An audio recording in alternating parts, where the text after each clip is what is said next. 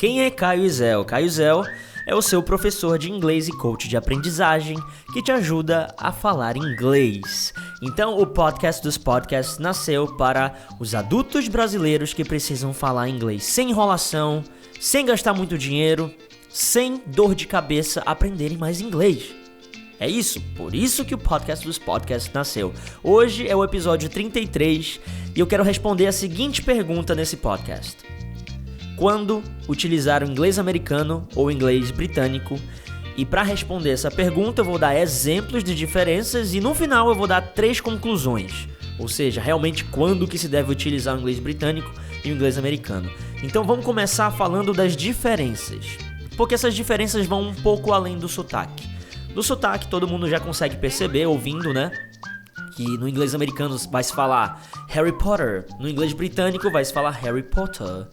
Também tem a diferença de potato e potato, bottle e bottle, little e little e por aí vai. Então, essa é a primeira diferença, a diferença de pronúncia. Mas as diferenças vão além disso. As diferenças podem ser de palavras diferentes, de escrita diferente da mesma palavra ou de gramática. Então vamos começar com palavras diferentes. Enquanto que no inglês americano se fala pants para calças, no inglês britânico vai ser trousers, porque pants no inglês britânico vai significar roupa de baixo. Essa é uma diferença. Outra diferença é que no inglês americano para elevador vai se chamar elevator e no inglês britânico vai se chamar lift. Bacana. Outra diferença bem legal é que no inglês americano soccer é o futebol que a gente joga com os pés, o soccer, o que o Neymar joga, e football vai ser o futebol americano. Sendo que no inglês britânico, onde foi inventado o futebol com os pés é football. É uma diferença meio louca isso, né? Mas em inglês americano, o futebol com os pés vai ser soccer. Outra diferença, no inglês americano, férias é vacation e feriado é holiday. No inglês britânico, férias vai se chamar holiday. Outra diferença legal, isso daqui não é uma diferença de se falar, é algo do dia a dia mesmo. Enquanto que no inglês americano, no dia a dia, vai se chamar mais friend. No inglês britânico, no dia a dia, as pessoas vão falar mais mate do que friend. Mas não tem diferença de palavra, tá? Friend continua sendo friend, mate continua sendo mate em qualquer lugar, mas se usa mais mate no Reino Unido, por exemplo, e nos Estados Unidos, Canadá, se usa mais friend. Beleza? Então são exemplos de palavras diferentes. Agora vamos para exemplos de escrita diferente. Então, vamos lá. Primeira diferença. Tem palavras no inglês americano que se termina com OR. Essas mesmas palavras no inglês britânico vão terminar com O-U-R. Exemplos de palavras. Vizinho, neighbor. Sabor, flavor. Comportamento, behavior. Trabalho, labor. Favor, favor. Então é a mesma palavra, só que se escreve com O-U-R no inglês britânico. Outra diferença na escrita. As mesmas palavras. Enquanto que no inglês americano as palavras vão terminar com ER, algumas palavras, tipo poucas palavras mesmo, vão terminar com RE ao invés de ER. Exemplo, theater, teatro.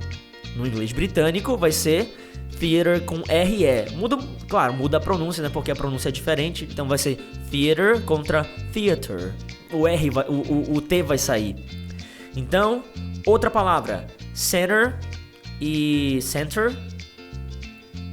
No americano vai ser ER e no britânico vai ser RE. Inclusive, tem um professor que eu trabalhei com ele.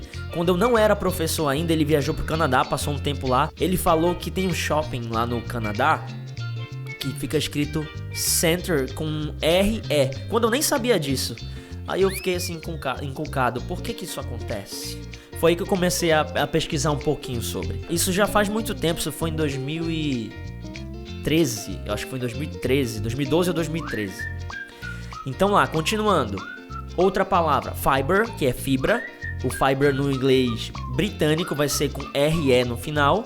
Meter, que é metro, no inglês britânico vai ser com RE no final. Outra diferença do L e do LL. No inglês britânico, algumas palavras vão pedir um LL no sufixo. Como assim?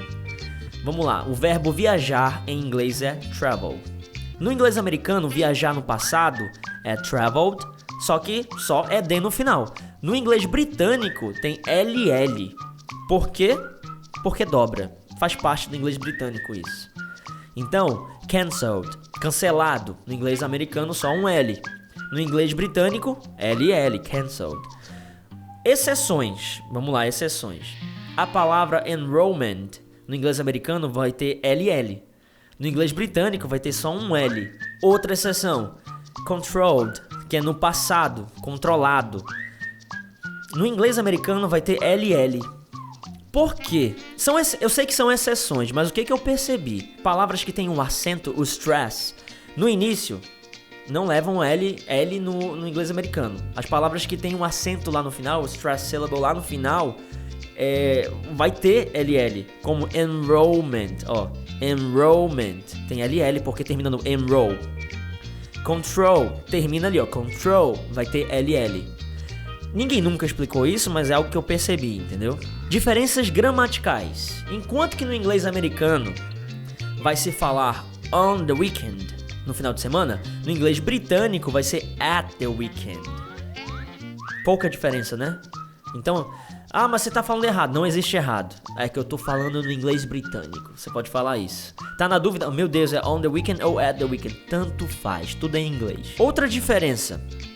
Alguns verbos no passado terminam com T no inglês britânico. Exemplo, o verbo aprender, learn.